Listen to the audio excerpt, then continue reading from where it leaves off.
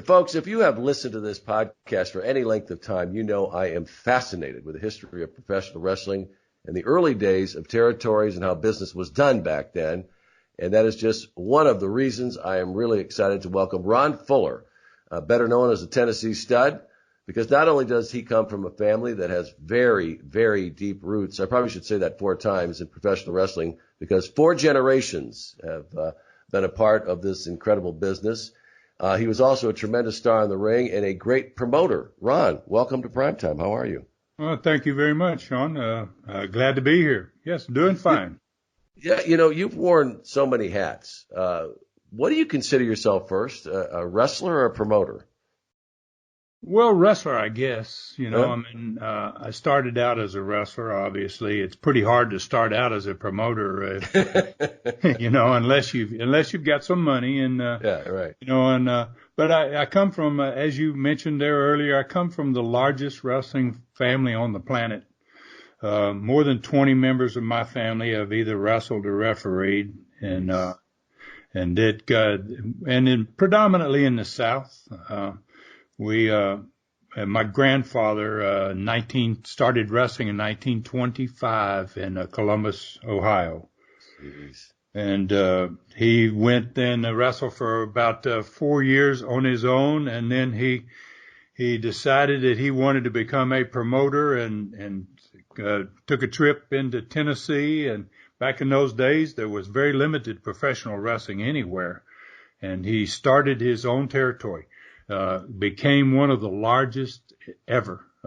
12 states in the South he operated at one time in the 1950s. Wow. So went into 12 states. Now, he didn't have all 12 of the states and all the cities, but he was going into and having matches in 12 different states in the South at one time. So, I come from an older family that's been there and kind of done it all, basically. Yeah, absolutely. And, I really want to get into your career as well. But first, take me back, because as I mentioned coming into this episode, that I am so fascinated by how this business was really established in the early years. And we always mention territories, but, this started with your grandfather. And I think he was born at the turn of the century. What was the business like then when this all started with your family 4 generations ago? Well, my grandfather was born in 1902, and he spent a lot of time with me when I was a kid. He was a wrestler, obviously, and he was a promoter too, and owned his own territory, and he would take me on trips with him, and I would ask him thousands of questions, and he was a remarkable guy, and he had experienced so much in wrestling. It was amazing. But when he started, there was very little organized wrestling. He actually got his beginning in Borger, Texas. He was working in an oil field in Borger, Texas, which is just outside Amarillo. Uh-huh. And Amarillo had some organized professional wrestling, which was most unusual. Wasn't a lot of places that you could find wrestling of any kind back in those days. And he went and met. There's a guy that did the boys clubs years and years ago. Gosh, was a tremendous big wrestling star way back. And through that guy, he met Dutch Mantell, not the Dutch Mantell that people may think of right away. I'm talking the original Dutch Mantell. Uh-huh. And Dutch Mantell, this is kind of the way guys made their livings back in that time. There weren't many professional matches.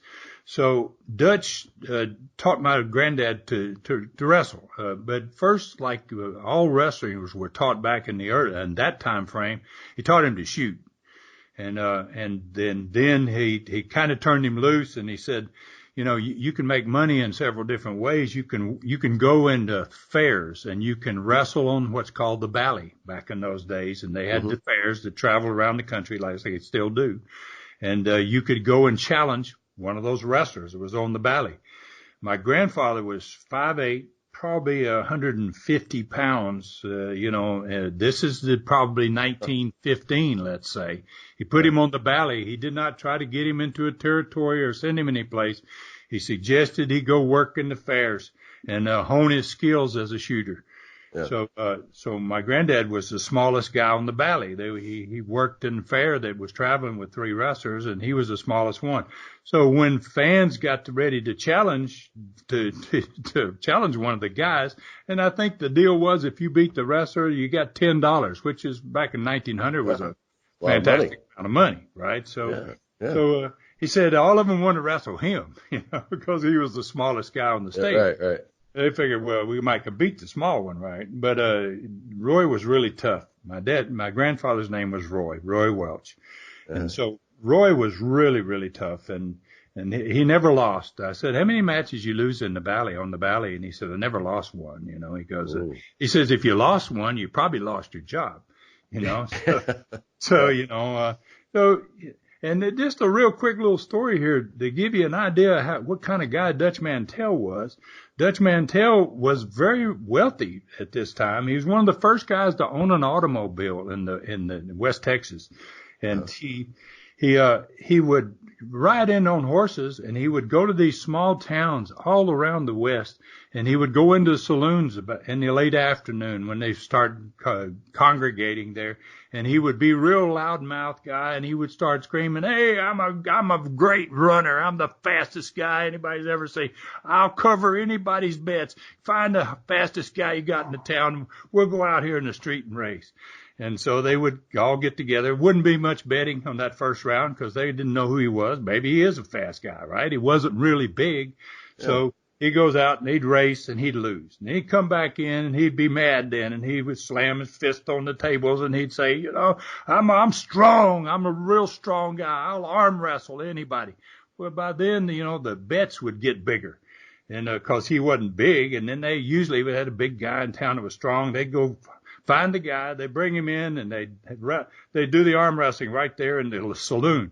And he'd lose the arm wrestling contest. And he would really pitch a bitch in, like, I can't believe it.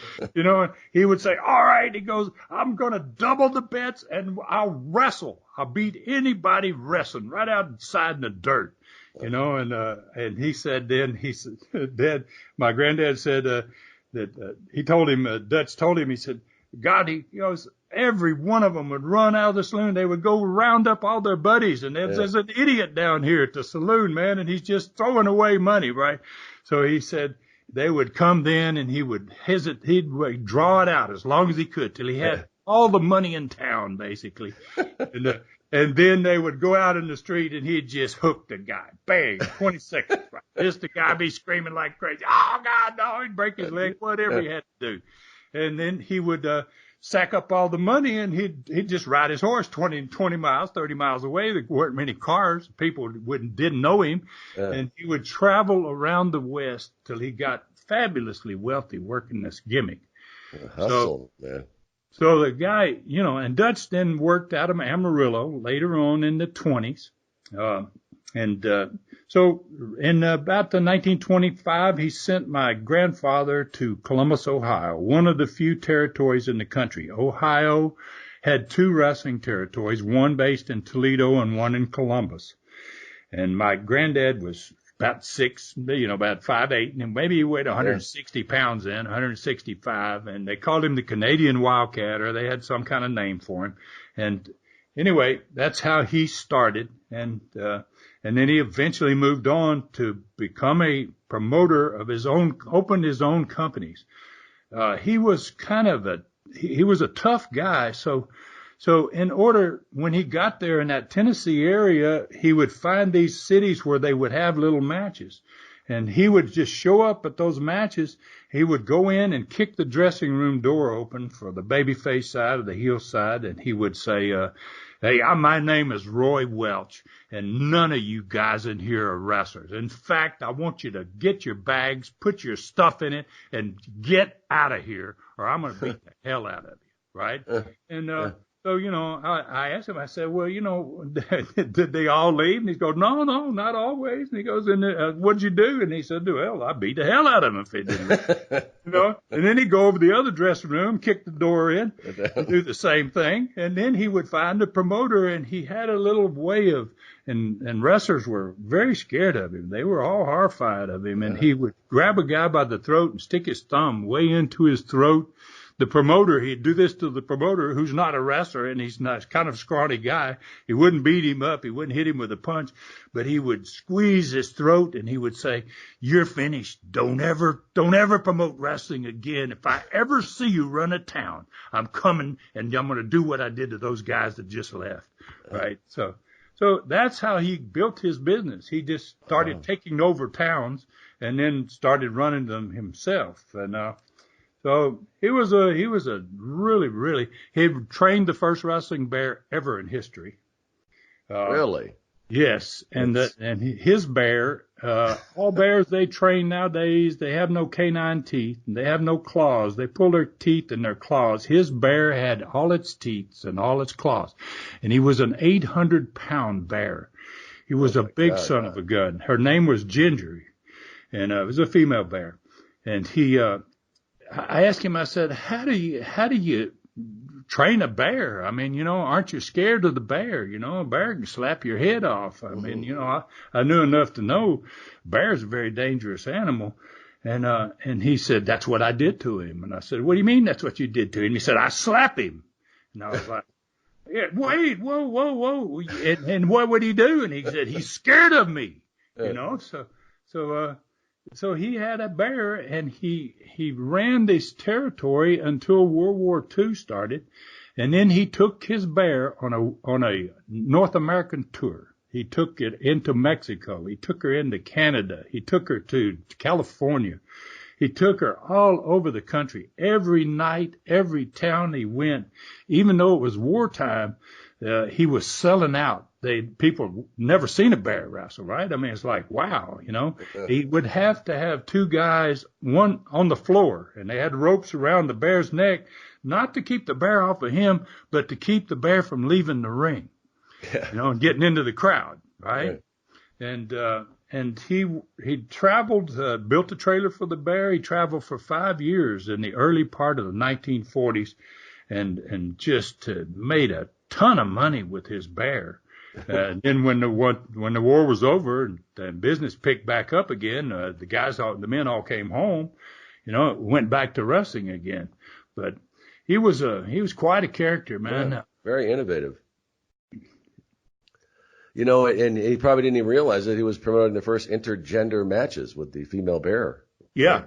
I don't think people really ask very much, is that a male or a female bear?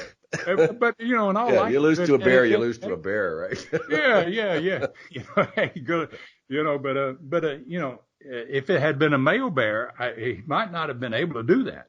I mean, the fact that she was a female, it may have helped him a little bit instead of picking a big old male bear that would have slapped his head off or whatever, chewed him up. In fact, the bear actually almost killed my dad when he was 12 years old. Roy would take the bear and stake her out into the yard so she could get out of her cage and let her be outside. And he put her on this long chain. And my dad was about 12 years old. And all the kids that lived in the neighborhood knew he had a wrestling bear in his yard. And they would say, we want to see the bear wrestle. And I don't know if you've seen bears wrestle, but Roy was the first one because he had the first bear. His deal was the bear would wrestle him. He wouldn't let him wrestle anybody in the crowd. God, he was scared he'd kill them. But he would wrestle the bear. And at the end of the match, he would give his bear a bottle of Coca-Cola. And she would sit up on her rear end and drink the Coke. And all the fans that was a great part of the great ending for the night with the bear, right?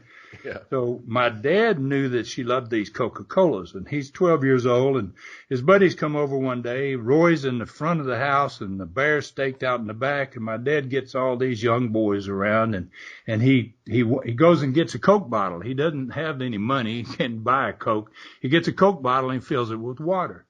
and he goes over close to the bear. He thinks the bear's at the end of her chain. She wasn't really quite at the end of her chain. And he sets the bottle of water down there, and she reaches and gets that bottle, and she sets up to drink it. As soon as she realizes that it's not Coke and it's water, she drops the bottle. She just came down on all fours and lunged out there and grabbed him by the heels and drug him underneath her. And she started trying to bite him in the stomach. And he was able to get his hands inside of her mouth, and she bit up all of his fingers and messed up all of his fingers really badly. But he was almost about to get away from her. He was scratching with his feet and trying to get out from under her. And then she reached out and dug those big claws in her. She didn't have any mittens on or anything like that. She dug that claw into his thigh and pulled him back under, and she reached in and bit his thigh muscle and pulled it out of his leg. He's 12 years old. Wow. He said she bit it in two while he was watching, and the blood flew everywhere, and he passed out at that point. And Roy heard him screaming, came around, screamed at the bear, and the bear got off it. But, how you live with a bear in your backyard, for 5 years? And, wow. I mean, it's a dangerous thing. It tormented my grandmother and my dad because they were horrified of the bear. And when Roy would not have the bear booked and he would go himself, he'd leave that bear there with him. And sometimes that bear would get out of his cage and try to get in the house with him. Jeez. And, great lesson here, though, Ron. Folks, if you're listening, if you're going to give a bear a Coke, make sure it's the real deal. Make sure it's the real thing.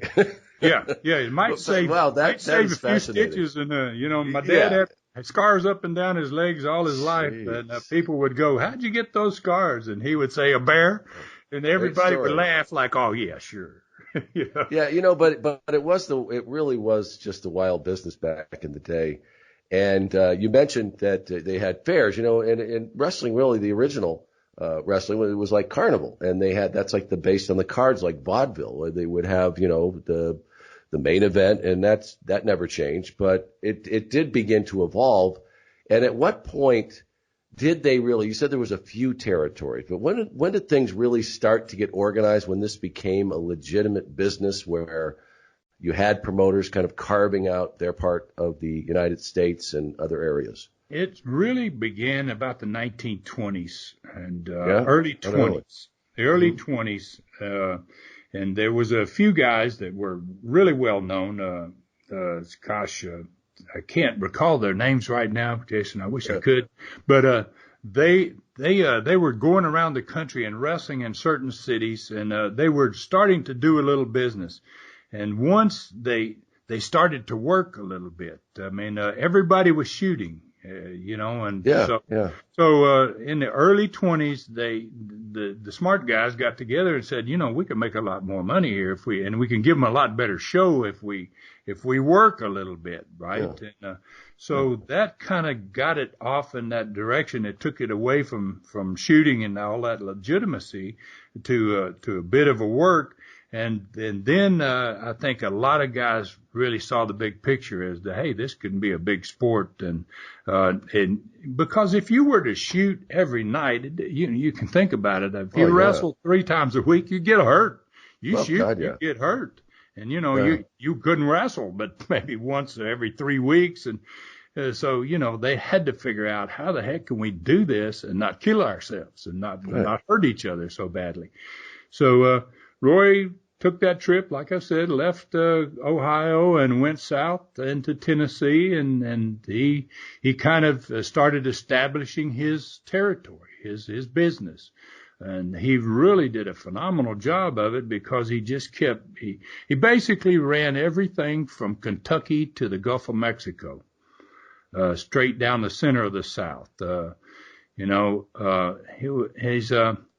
It's a huge area. And then he started putting family members in. He had 3 brothers. 2 of them were about the same age he was, and one was 20 years younger than they were. Mm-hmm. So, he took one of his brothers named Herb and, taught him to shoot, and Herb became a huge star. He was the world junior heavyweight champion for 5 years, undefeated, and had a car wreck, and they took the belt away because he couldn't defend it. But he came back and won it 2 times after that. Herb became a huge star. He had another brother named Jack. They went into Tennessee and invented tag team wrestling because they had two brothers. That's where tag team wrestling came from. Roy had a brother. He had actually three brothers, but two of them could work. So he says, "Heck, let's get two of us in the ring at a time and wrestling two other guys." Obviously, that's a major part of the sport. I mean, that developed into huge stuff. And then it was 6-man tags. He went into both of those brothers being in there. So, I mean, he was extremely innovative, not just tough, but he was a thinker, and he controlled his territory with an iron hand. I mean, guys were horrified of him. They, because he was such a great shooter. Dutch Mantell, the old timer that had taught him, was one of the greatest shooters of all time, and not a very handsome guy. If you ever see a picture of the original Dutch Mantell, he's a scary looking guy himself. Don't want to mess with him. That's crazy. But you talk about how things changed into a work. And not only did it allow you to work more, because like you said, if you're shooting every night, you're going to take the risk of getting hurt, and you can't. That's your livelihood. But another rich part of this, and I know you can elaborate on this a great deal, is that it brought the psychology into the business and telling stories, which made it much more compelling for people to get involved. So how did that, and maybe your grandfather, maybe, I don't know if he had a gift for that as well. It sounds like he did. But when did that really start becoming a part of it? Well, I mean, when you get a territory, I can see back in that time frame, you've got a territory and you've got some guys. They all have shooting backgrounds. I mean, you don't get to be a wrestler back in those days by just showing up in some place and say, "I want to be a wrestler." Right. They would hurt you. In fact, Dutch Mantell broke Roy's ribs the very first time he worked out with him on purpose. Hook scissored him from behind and broke his ribs, and him screaming, "I give, I give, I give." He just broke them anyway. And he didn't want him to come back. And Roy went back 2 or 3 times. So Roy had this group of wrestlers that was traveling with him. And, he started thinking about, how can storyline. Rather than just wrestling, when you've got a card night after night and let's say you go to the same towns, 5 weeks out of 8 or something like that, and the fans are seeing you again and again and again, you're wrestling against the same guys, you gotta have something happen that's unusual. Something happens that the fans go, "Wow, did you see what happened in that? Oh man, wouldn't you like to see that match?" All of a sudden, then the houses will start jumping. So, he was pretty much in the forefront of a lot of that. He was a very, very sharp guy, and he figured out how to work angle every once in a while. They would bleed, but it was always a hard way. It was not a blade or anything. I mean, they busted each other, beat their other's eyes or, their noses or whatever it was until you were bleeding really good. And, that really helped develop business and, kind of drove it to the next level in a way. Yeah. Good versus evil. They recognized that early on. That's where we got our baby faces and heels. And it was a formula that worked for, 100 years. Forever. But we see it blurring a little bit now. Oh, yeah. But back then, that's what it was. It was good versus evil, and there was 1,000 different ways to tell the story. So as you're growing up in this, did you have the feeling that, you would eventually end up in the business? Because you were also a very gifted athlete, besides being 6'9". And when did basketball become part of it? Was it just something, I'm going to do this because I love playing the game, eventually I'll be a wrestler, or what was the thought process? Well, I grew up in a wrestling family. I went to my first wrestling match when I was 9 days old. I don't remember. Wow. But, my grandmother held me on the first row of ringside, and my granddad was in the ring, and his brother Herb. So, I watched my dad for all those years, and it was something I wanted to do. I was lucky I was tall. But I was very thin in high school. It took a while for me to put on weight, and I just gravitated to basketball. It was a perfect sport for me, and I was pretty darn good at it. So I got a scholarship and went my freshman year to Clemson University, and then I transferred to University of Miami, finished my college career. But basketball worked out well for me. But my dad never liked it. He never liked when I was playing ball, because he would go, "Man, you're never going to put on any weight. Look at you. You just run up and down the floor all the time." He goes, "You don't work out. You got to work out, So I never started really working out till I was about 16 years old. And I had Joe Scarpa, Jay Strongbow. Okay. For fans out of the Northeast, Jay Strongbow, taught me how to work out when I was a junior in high school. He taught me so well that I gained 60 pounds in 3 months between the end of my junior year and the start of my my senior year in high school. So I went from 160 to 200 in 3 months with really great trainer, as far as lifting weights.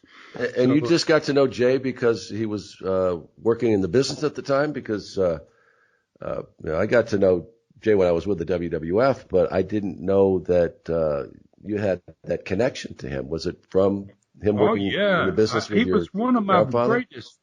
Oh, well, he was far past, he was a different generation than from my grandfather. He was more my father's generation. Right. But my father started promoting towns when he got to be about 25 years old, and he kind of located himself along the Gulf Coast down there in Mobile, Alabama, Pensacola, over to Tallahassee, into New Orleans.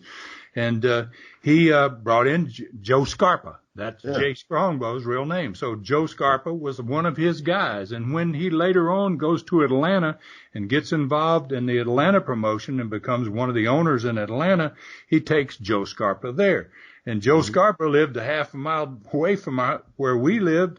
And Joe was a tremendous athlete. It was unbelievable. And he spent a lot of time with me. We played basketball together. We played football together. We played all kinds of different sports. He was such a great athlete, and since you're familiar with him, he one time got invited to come to Atlanta because the Braves were there. The professional baseball team had just come, and they wanted to have a home run contest, and they wanted to bring every type of athlete in there, and he represented wrestlers. And he told me, he says, "Hey boy, you want to go with me? I'm going into Atlanta to Brave Stadium, and I'm going to hit some home runs." And I was like, "What are you serious, man?" He goes, yeah. What do you know about that? I'd never seen him play baseball. So we go in there, and honest to goodness, Sean, it was absolutely unbelievable. I mean, nobody else in any other sport hit a single home run, and I bet you Scarpa hit 20. It was like, they wanted to put him on the team. They said, "Man, you're in the wrong sport. How about you play baseball?" So he was a great guy, close personal friend. And he used to wrestle with me and shoot with me a lot. And he would get me down and he would waller me horribly, man. He wouldn't put holes on me and hurt me to a great extent, but he would just really, and I would cuss him. I'm like 16 years old. I would cuss him and I would say, "Joe, someday I'm going to kick your ass for this." And he'd laugh. Ha, ha, ha. First time I worked in Madison Square Garden, 1973, I go in the dressing room and I sit down. He's tying his boots and he doesn't notice who came in. I sit down next to him, and he turned his head sideways and he looked at me, looked up and down, and he says, "I hope you don't remember that you're going to kick my ass." I was considerably bigger than he was at that point. Yeah. Oh, that's great. And you mentioned that basketball was good to you, and I don't know. I mean, we're talking 60s. The NBA, ABA, all these pro teams. Was that a possibility for you, or no? Yes, probably was. In fact, I did not work. I did not stay my last year of college. I left to start wrestling. But if I had gone back as a senior, I would have had a very good chance to play in either the ABA or the NBA. Played against some tremendous ball players in college. I played against Artis Gilmore and Dave Cowens, Henry Bibby and the UCLA national championship team that year. Jacksonville, who was number 2 in the country that year with Artis Gilmore. I had a great experience playing ball in college, and it was good for me for my career. And I wouldn't have done it differently. I'm glad I'd spent that time playing basketball, and I think if I had really wanted to pursue it, I would have probably had an opportunity to play basketball, pro ball. Yeah, well, back then you probably made more from wrestling. And what was it that made that decision, though, that you decided, okay, it's time to start working in the business? My brother. I got a brother who's younger than me, and he was Robert, and he was wrestling. And I would come home from college, and you didn't have any money, you weren't getting paid, and and I'll be broke, and he's working, he's wrestling every night, and he would say, hey, can I buy you a steak dinner, and he would rub it in big time, that he had a little bread in his pocket. And I was like, well, come on, man. I said, you're smaller than I am, Rob. I can make more money than what you're making, and he said, well, go ahead, man. You can give up that basketball. And he kept hammering to me. And then finally I said, it didn't make any sense for me to stay in there. And you're exactly right. During that time frame, and I'm sure people don't realize it, but you made less money than playing pro basketball than what wrestlers were making. That's for darn sure back in the late 60s. Yeah, early baseball 70s. And everything else. I mean, it wasn't what it is today by any stretch of the imagination. And so what was your first experience as far as really becoming professional? I don't know if you had trained along the way because, it was part of the family business, basically. Trained always. Yeah. So were you prepared for that at that time, or did you really have to? I mean, my dad prepared us. I mean, my dad planned on us being wrestlers, whether we wanted to be wrestlers or not. But we grew up with a wrestling ring in the backyard instead of a basketball goal. You were in that wrestling ring, and he even hired a wrestler that trained him, an old shooter that had trained him and trained and worked for my grandfather, a guy named Charlie Carr. Was a fantastic shooter, an old time shooter. And, Charlie lived with us and we spent our afternoons when you came home from school, you went to the ring and, we were ready. I mean, we were trained for it. We were trained to shoot. He did not smarten us up, until we started wrestling, so all we learned to do was shoot and we were good. We were good. I remember guys would come to the house and knock on the door and say, I want to wrestle. And this is Buddy Fuller live here. And I'd say, yeah, he lives here. And they'd say, well, hey, I want to wrestle. And I'd go get him. He'd come to the door and he would always say, well, I'll tell you what, he goes, if you can beat this skinny kid here, then I'll wrestle you. And we'd go out and usually if we didn't have a ring, we'd go out and do it in the grass in the front yard, backyard or whatever. And I never lost. He never had to wrestle any of them. I said, well, Dad, you've never wrestled any of these guys. He goes, yeah, and I'm not going to. That's right. That's why I got you around. Yeah. So, I think it was Georgia Championship Wrestling, which is legendary in the history of wrestling. At the time, was it a big, territory, we'd call it, that, was really renowned at the time? Oh, yes. Yeah. Georgia wrestling was very big. Florida had its own wrestling with Eddie Graham and that area down there. Tennessee was still there, Roy's territory, and he had hooked up with a partner named Nick Goulas. And that was a territory. Obviously, the Carolinas, just north of Georgia, was a territory. By the 60s, probably by the 40s, these territories were all being formed. Yeah. So they had wrestling in all those southern territories for a long time. Georgia wrestling was tremendous. They had a great crew. I remember the crew when I started in 1970. Nick Bockwinkel was the Georgia champion. Paul DeMarco was on that card. The Assassins were the hot tag team. They had Louis Tilley. They were just loaded with talent there. My dad and his partner was Ray Gunkel, who was one of the owners there as well, and an old football player from Purdue. And, their business was just gigantic during that time frame. Wrestling was so hot in the late 60s and into the 70s. Well, hell, all the way through the 80s, basically, too. But when Rob and I started, basically there, Rob started there. And then when I got started, we wrestled tag matches against the Assassins and guys like that. Green kids, man, that didn't know anything. But, God, those guys were so good at leading you. The matches were unbelievable. They would get more out of you than you ever dreamed that you could do, because they were just such good professionals in the ring. And yeah, they had a tremendous territory in Georgia as they did in Florida. Once I left Georgia, I went to Florida, and I spent 4 years in Florida, my first 4 years. And I was introduced to the Snake Pit. I don't know if you know anything about the Snake Pit. Snake Pit is the shooting capital of professional wrestling. And there was a building that they did their televisions in, and they owned that building. The Florida office owned the building. You call it the Sportatorium, and the ring stayed up in there all the time. And every day from 71 to 73, about 3 mornings a week at least, to show up there at 9 o'clock, and there would be guys in there wanting to shoot. It was Bob Roop, Jack Briscoe, Hiro Matsuda, Don Curtis, and a lot of other guys that came through and showed us moves and showed us holds. And, it wasn't the whole crew that all wanted to be shooters, but, the guys that really, really had their heart in the business wanted to know how to do all this stuff. If you ever needed to shoot and you didn't have the ability to do it, boy, you're in bad shape. Yeah, back then, for sure. Business.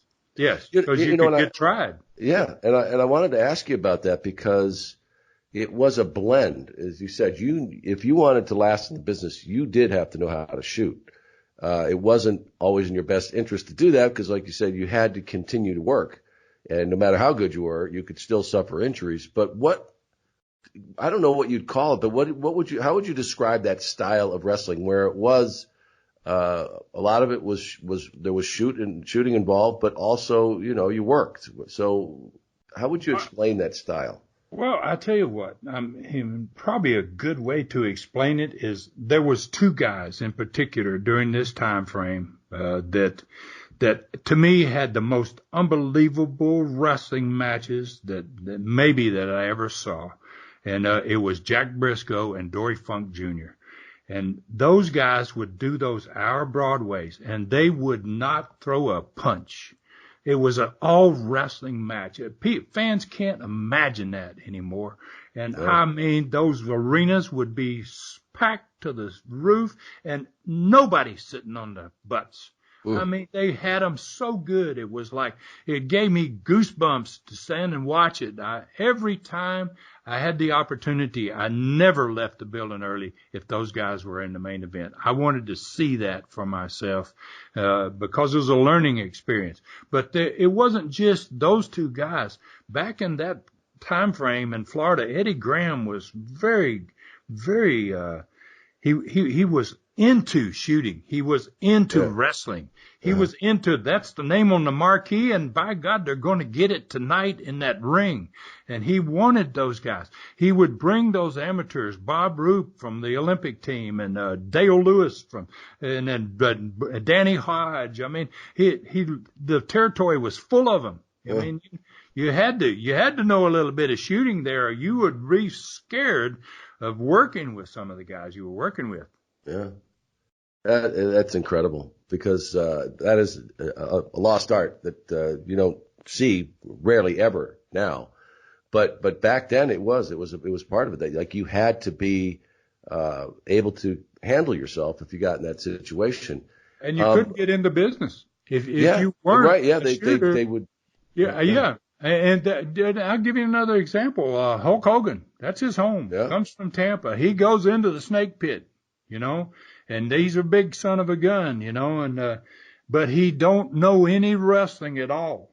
And Eddie, you know, and he's got the long blonde hair, and he had the Hulk look, but he was a little bit different because he ends up starting to wrestle for me in my second wrestling company. But he shows up there.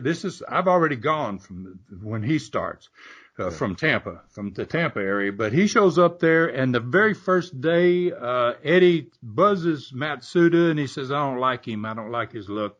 And it hurt him. And he broke his leg. Matsuda broke his leg. You know, I mean, they didn't want to train him, and he came back. Yeah, you know? Showed up.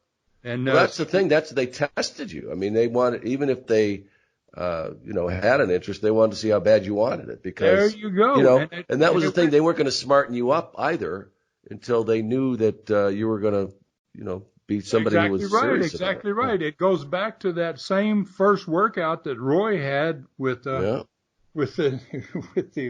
shooter, man, with the big boy, and with Dutch Mantell, and he broke his ribs on purpose. Yeah. And he told him in that Dutch accent, Roy, I said, well, what did he say after he broke your ribs? And he told me in that accent, he said, and I don't think you'll be back anymore, will you? And Roy said, no, I'll be back. And he said he took him 2 months to get his ribs well, and he went back, and he broke his wrist the next time. Wow. I mean, he was just, it was the way it was done back in those days. You did not get to be a wrestler, by God, if you didn't earn it. You had to earn it. Absolutely. And so many great names. There's just legendary that you were working with every day. One in particular who was always one of my favorites, when I was an announcer with the WWF was Andre the Giant. And I hope this is true that you saw a young Andre and worked with him. And I don't know, you did a tag team with him? I've done all kinds of matches with Andre. I mean, I love What Andre. was he like? Cause I heard, I've talked with Pat Patterson when he first saw him, and he was this, tall, of course, but he didn't weigh 400 pounds, and that he was very nimble. Was that true? Oh yeah. Yeah. He was very athletic. Gosh, yes. Andre could do things. I saw Andre drop kick. I've seen Andre do all kinds of different moves. I mean, Andre had tremendous talent, but Andre went through that same stuff. He went to Montreal, and they had a lot of shooters up there, and they put him through the red, just like everybody else. He did not get a special treatment. But Andre, to me, God, he was one of the most lovable characters in all of the sport. I got tremendous Andre stories. I mean, Andre was just, he was unbelievable, just and a fantastic person, just a phenomenal person, just very quiet and polite, just amazing guy. As long as you liked him. I mean, as long as he liked you is what yes. Because well, and he loved me. He really liked me, and he liked my brother and my family. I think he had respect for my family because we had all been there, and he knew it, and we treated him with great respect too. And I, had so many drinking experiences with Andre, and he was a partier. He had liked to have a good time. Because he was miserable in his life. Once Vince put him on the road, Vince had no sympathy. Vince Sr. had no sympathy for Andre and how much time he was away from his family, and he didn't have a normal life. He was a world champion without being a world champion. Yeah. And I don't think people really understand what he went through because, like you said, you knew him, so you knew he was this really wonderful person. But at the same time, people who weren't allowed past that barrier were good reason because he was treated like a freak to them, and he would be sitting at an airport and people would come up and demand that he sign something, whatever, and it got to a point, that people just didn't understand that. And I said, it wasn't that he had to like you; it's just like you mentioned, I'll give he you had an to airport feel that story. respect. Yeah. I got an airport story, Atlanta Airport. We're going from Knoxville to I've got a Southeastern territory in Knoxville, and I've just started a second territory out of Pensacola, Florida. And we are going, me and him, to open up the South End, the Pensacola, the very first night. We're in a town called Dothan, Alabama, one of the best little wrestling cities in the world. And Andre, we're going through the Atlanta airport, and when I go pick him up, he's had a big night. He's drank a whole bunch, as he always did. And he said, Ron, I don't want anybody to wake me up. You want them to sleep here in the airport. And I said, geez, Andre, I don't know, man. That's going to be pretty. He said, so he went and bought a newspaper. And he took the newspaper, the front page and the back page, and he sat down in a chair, and he put the paper over his face and portion of his body. It wouldn't cover all of his body. And he needed says, a Sunday paper for that. Yeah, no rip. He says, Ron, don't let anybody bother me. Well, right away here they come. They recognize, God, that's Andre the Giant, and finally one guy comes and, most of them I'd say, hey man, leave him alone. He's sleeping. Go take off. But one guy, he won't take no for an answer. I want an autograph. I said, man, you better go. No, I want to go. Finally, man, I couldn't take it. I said, go ahead, ask him. So he goes over and Andre's laying there asleep and he taps him on the shoulder and Andre doesn't even react. And he has to tap him 3 or 4 times. Mr. Giant. At least he's calling him Mr., but he's tapping him on the shoulder. And Andre never gets up or anything. He just says real loud. He goes, go away. And the paper floated up about 6 or 8 inches off his face and came back down on his body again. I laughed. I was like, oh. And the guy took off running down the aisle there, man. He was like full speed. God, he was scared to death. He's lucky it wasn't worse for him. That's for sure. Yeah, but you have to understand that it was a very difficult life for him, and traveling was just ridiculous. I mean, people have to understand. Imagine getting on a plane, and they were not making accommodations back then for people who were large. They didn't do that. So he would get in, and even if it was first class, he'd still have to be jammed into a seat. He couldn't use the bathroom. Imagine that, trying to get into an airplane bathroom. And there were these, no matter where he went. Going to Japan must have been an absolute nightmare because everything was so small. I made trips to Japan, and my legs would hang off the bed from the knees down. Yeah. And I would think about poor Andre. I'm laying in that bed miserable as hell, and I'm thinking, damn, what did Andre do in these places? Yeah. It was a hard life for Andre. He was such a wonderful guy and had he made the most of his life, really. Yeah. And guys loved him. The wrestlers loved him. The boys loved him because of who he was and how he handled it, God, I'm sure you could tell stories just for hours and hours. That's why you have a podcast of over 100 episodes. But when did I don't know if you paid attention along the way to the business, but when did you decide, the family had been a part of it, that you were going to strike out on your own and start your own organization? I believe it was Southeastern Championship Wrestling. Was that your first? Yeah, Southeastern Championship Wrestling in like I said, I went from Georgia to Florida, stayed there for 4 years. In 1974, I decided I'm ready. I want to run my own company. Uh-huh. And I went to Knoxville on a vacation, and I fell in love with that part of the country. I found the promoter and I bought the business from him.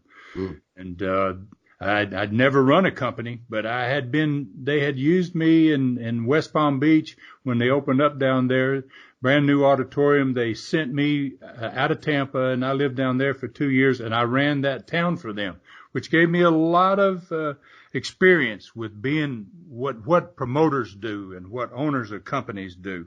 It helped me a heck of a lot.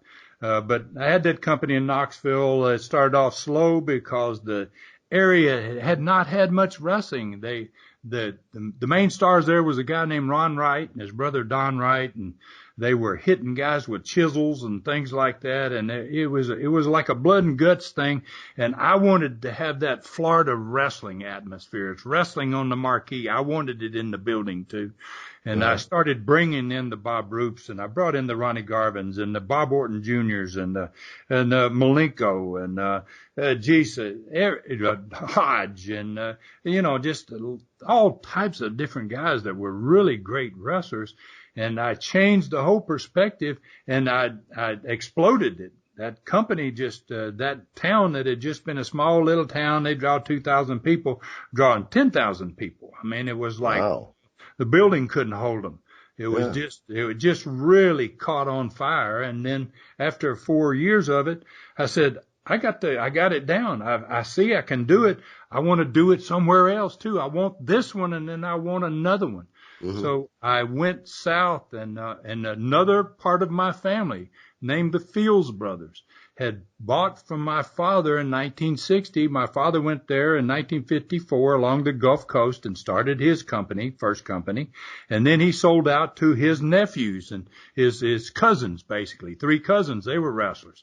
And they all had boys that grew up as wrestlers or in referees and things like that. So I go down there and I get a second company started. And then in 79, I have a wrestling war, where 5 of the guys in my territory try to take the territory. So I've had a lot of experiences in the wrestling business, and I ran that company. After in 79, I sold it to Jim Barnett, who had bought Atlanta and Georgia Championship Wrestling. Went on to have Ted Turner's station. He was a personal friend. I'd wrestled for him twice in Australia, 2 different tours in Australia. He really liked me, and I liked him as well. I don't know if you know much about Jim Barnett. Maybe the most mysterious and different wrestling promoter ever in history. One of the smartest, most brilliant guys. Really, really a tremendous personality himself. So, Barnett buys me out. I go to Pensacola. We do tremendous business along the Gulf Coast, all through Alabama, Mississippi, back up into the edges of Tennessee. 5 years later, I changed the name of the company to Continental Wrestling. And I expand on up to Kentucky. So I'm basically in 1985 as Continental Wrestling doing the same thing my granddad did. I'm running everything basically from Kentucky to the Gulf Coast. Wow. And, I had a great experience, but back in those days, by the time we switch it over to Continental, I've got the Armstrongs, Bob Armstrong, and he has 4 fantastic young sons that are going to be stars, right? And I see it, and I go, geez, Bob, we work an angle, me and Bob work an angle with Flair. Where Bob is a baby face, I'm a baby face. There's a big tournament to see who's going to wrestle Flair for the World Championship in Mobile, Alabama. 15,000 people come to the tournament. And so in the tournament, we have a strictly babyface match, no punching, no nothing. And I beat him. I get him at the end, a real quick little pin of some kind. Mm-hmm. And then he comes on TV the next week. And he says to me on television, he goes, Ron, it was a fantastic match. You're a tremendous wrestler. He says, I want to be a part of this. I want to have some part, and you're going to beat Flair. You are going to be the next world champion. I want to be the referee. Can I be the referee in this match, just so I can see it? And then he screws me. Him and Flair screw me in this match. And we ran that angle for 5 years. Family versus family for 5 years, and this sold out buildings all over the South with the Armstrongs and the Fullers, Welches. There's so much to how this crossover, but I want to just get back a little bit because cable television changed everything. That's when these television reaches, which were so important. Television was so important in selling tickets and getting people to come to these venues. But you were pretty innovative at the time. Everybody had to have a TV. And I just remember those early days. We're talking, 70s or early 80s.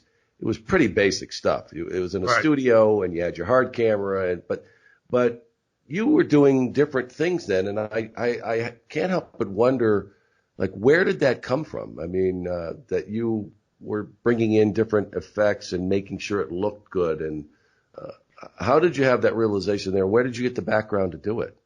Well, I'd never seen it done, but I'd always wondered why every other sport had instant replay and why there was no instant replay capability in studios. I always hated that one camera, two camera deal. Once I got my first territory started, I was on a very weak station. I'd bought it into the company, and they had a horrible station. It didn't have any range to it. The studio was just terrible. So I managed to get on the biggest station in Tennessee, and they had a tremendous signal, and they had a fabulous studio. And I went in, and from the very beginning, they said, how many cameras you want? I said, I want 4.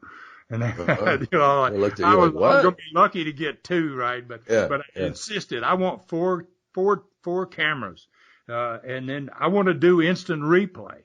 And they were like, "Wow, wait a minute now, you know." So I went upstairs with them in the control room, and they said, I said, "Is this your tape machines?" This was back 1974. Okay. So they had 2-inch tape machines. And I said, can you run both your tape machines at the same time? They said, yes. I said, what happens if you run your tape machine, you run one and it's actually running and recording the show? That second one is just used to replay the finishes on those matches. And we talked about it for a few minutes, and the guy tried it, and he thought about it, and he says, I think we can do instant replay. I said, damn right we can. And I said, can you do split screen? And he said, what do you mean? I said, you got 4 cameras. I said, can you give me 2 shots in the same picture? One guy on one corner, one guy in the other corner if I wanted. Can you? And they got, yeah, sure. We got 4 cameras. Why not? So, and I said, can you give me personality profile? I want to have something in the middle of my show that's nowhere in wrestling anywhere. And it's not anything to do with, trying to sell tickets. It's a profile, just talking about a guy's background and all that. I really got real innovative. And one of the reasons I did is my commentator was another wrestler named Les Thatcher, who I had met in Florida when I first started, and we talked about it on a lot of trips.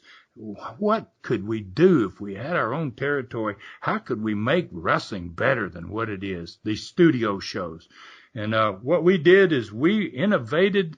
We had the best wrestling studio show maybe ever done.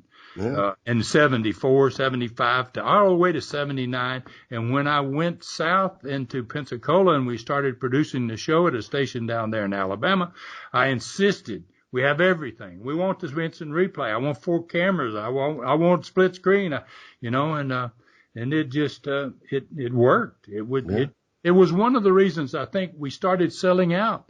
It was because wrestling was not really looked at as being a major sport, but we made it a major sport by the way we were doing it and the time and the thought we were putting into it.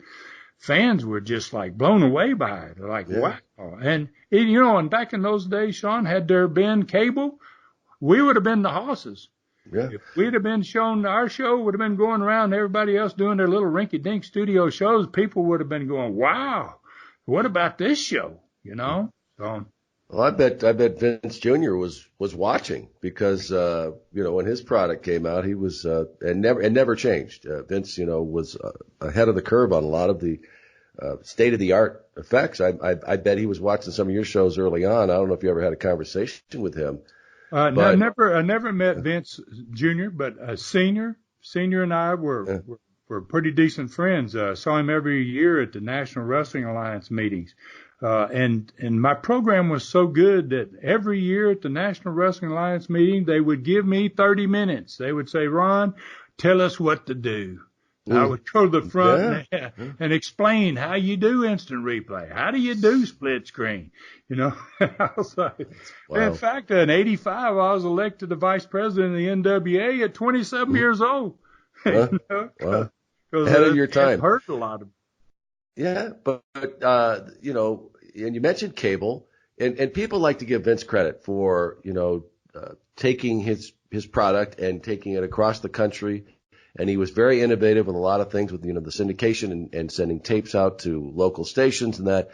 But it wasn't as though there weren't other promoters who had the same idea prior to that, and at the same time he was doing it. He just was the one who pulled it off. And did you ever envision that? Was that in your head at all, that saying, hey, with this, watching what they had in Atlanta with the Superstation, thinking what the possibilities were? Oh, yes. In fact, in 1985, Vince was beginning to start to jump into territories. He was beginning to pull talent from different territories, and he was beginning to try to flex his muscles somewhat. And I had a company out of Houston, Texas, that came and watched my program. And they put me into the Middle East, into Saudi Arabia and Qatar, and they saw it. And they called me up and they said, Ron, we want you to come to New York. We have an NBC appointment. We want you to make a pitch for national television. And I was like, wow, guys, are you serious? And they go, yes. And so I flew to New York and I went to NBC and I sat down with the people, and they liked my ideas. They watched my program. They were like, wow, we moved out of the studio. We were doing it in a 7,000 seat arena that was full of people. It was big time, and they recognized it, and they offered me the deal. But I was a member of the National Wrestling Alliance. I did not know how in the world am I going to do this. If I do it, how am I going to, I would have done it if I had have had Vince's opportunity. If I had taken that opportunity, wrestling would be totally different than it is today, because I would not have gone after everybody. I would have put everybody's stars on my national show. I would have made wrestling monstrous, because I would have never changed what he did. I would have never gotten away from the storyline and from the blood and from the wrestling. The bottom line, it's on the marquee, put it in the ring. It would have changed everything in the sport. So would you have, in effect, kept the territories and then kept them? I would have let everybody keep their business. Why be greedy and want it all? I don't understand that. That never made sense to me. I mean, why did he have to have it all? If you had that national program, why couldn't you go to everybody and say, look, guys, I got something that's going to build us all. I'm not going to tear you down. I want to build us all into a bigger business. I want us all to go this direction rather than the direction he took it. Yeah. Well, but there are so many personalities. I would have really liked to have seen how that would have it'd been difficult. Out. Yeah, it would have. That's why I told them no. That's why I told them no, turned them down, because I knew that, gosh, this is going to be really difficult to get these guys to work with together in a way. Well, because there are a lot, Ron, there are a lot of them that were trying to do the same thing. Vince just had a better plan, and in the end outlasted them all and took them one at a time. And the ones who went with him were rewarded, and the other ones that didn't were crushed. And, and it changed the business forever. There's no question about that.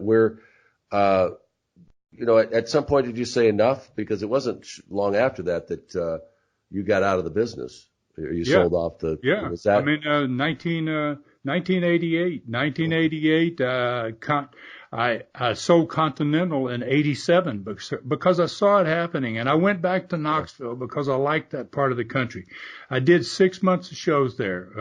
I named that company USA Wrestling, and it was a sweet little program too. It was a big studio. It was a ballroom, actually, in a Coliseum ballroom, and it was really, really a good television product as well. But I could see what was coming. I could see that you're not going to be able to compete with Vince. When he's buying the talent and then he's bringing them back and using them against you.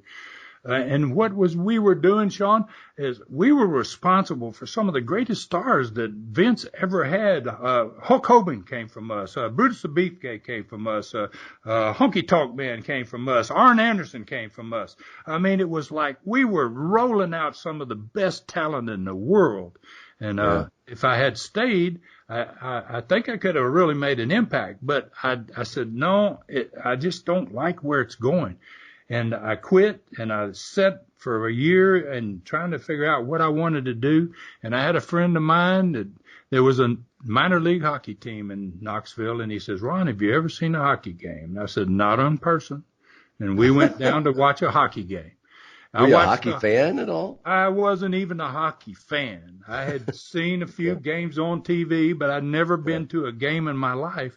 And we went and watched the first period, and they all sat on their hands. I watched the way they were introduced. I watched the whole product. And I was just about ready to leave the building, and all of a sudden two guys dropped their gloves. And for the first time in that night, everybody stood up. And when that happened, I turned to my buddy who took me there, and I said, I can identify with this, man. We need to get in this. It's a shit. And we did. We jumped into minor league hockey, and God dog, we tore it up. We changed hockey. We changed hockey. We brought wrestling to hockey. We brought the darken the lights and play the music and where's the spotlight, and we just did it totally different. And this league was a 4-team league. They weren't drawing 1,000 people a game. First night in Nashville, Tennessee, which is deep south. They figure, how the hell are you going to draw anybody to a hockey game in Nashville? When we went there, they said, you'll never make it. You won't draw 500 people. First night was 6,000 people in the building. And they were like, wow, what in the hell? How did you do that? We went to Cincinnati a year later, 10,000 in the arena every night. I mean, we were the number one drawing minor league operation in the world in hockey. Wow. We were cranking it for them. Then you think back about some of the promotions that you did and getting not just with wrestling, and I imagine you could have done it with anything. You could just look at things and say, this is how we make it better. And to me, this is always been my philosophy. It's all about entertainment. Entertain me. If I'm going to sit there and watch something, that's all what it comes down to. So but you would look at some of these things, like you said, you went to a hockey game, you said, I can't believe they haven't done this. Was that how you approached it all? Yeah. Yeah. In fact, I'll give you an idea. The first night in Nashville, we had two, because I was a wrestler. And word got around that the wrestlers buying the minor league hockey team in the East Coast Hockey League, right? Yeah. And so there was two big dudes came down from Edmonton, one from Edmonton and one from another team, NHL teams. They came down just to see what we did, right? Yeah. So after the first period, they watched my introduction, and so I go back to my office after the first period, and these two hockey guys come in, and they're mad. They're pissed. They're like, what in the hell are you doing? I said, what do you mean, what am I doing? They go, you can't darken the lights and play music bad to the bone and the spotlight and that ain't hockey. I mean, I said, listen, guys, I said, we're in Nashville. We're not in Canada, damn it. I said, these people don't know shit about hockey. I said, but we're going to entertain them. And if we entertain them, they're going to buy a ticket. And they're going to buy a ticket long enough, they're going to learn the game. And then we got hockey fans, and we'll be successful here. But they were like, wow, you cannot do this. I went as far as that first night. I talked to my boys and my players. And I said, guys, we're going to do something tonight that's never been done in hockey. And I said, we're going to darken the building, and we're going to introduce you individually. We're not going to just skate out there and round around a little circle and nobody announces anything. I said, the building's going to go to black. We're going to play bad to the bone. We're going to spotlight, and when it comes on, we're going to introduce you individually. And I said, get wild, get crazy. I wanted you to do something that's outrageous for me.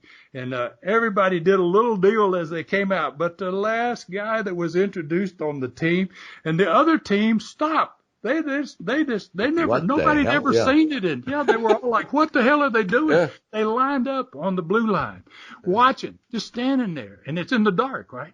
And the last guy that comes out of the dressing room, they introduce him, and he takes his hockey stick, he slides out there, man, he skates out on the ice, he drops down on his knees, he flips that hockey stick over like a gun, and he machine guns the whole team, the whole other team.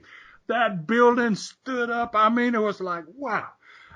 I was just amazed at how the fans got into it. And next season, everybody's got the lights out. Everybody's trying to copy it, and even the NHL, those two guys that came there, probably their teams 2 years later. Yeah, they went back and said, hey, guess what we got to do?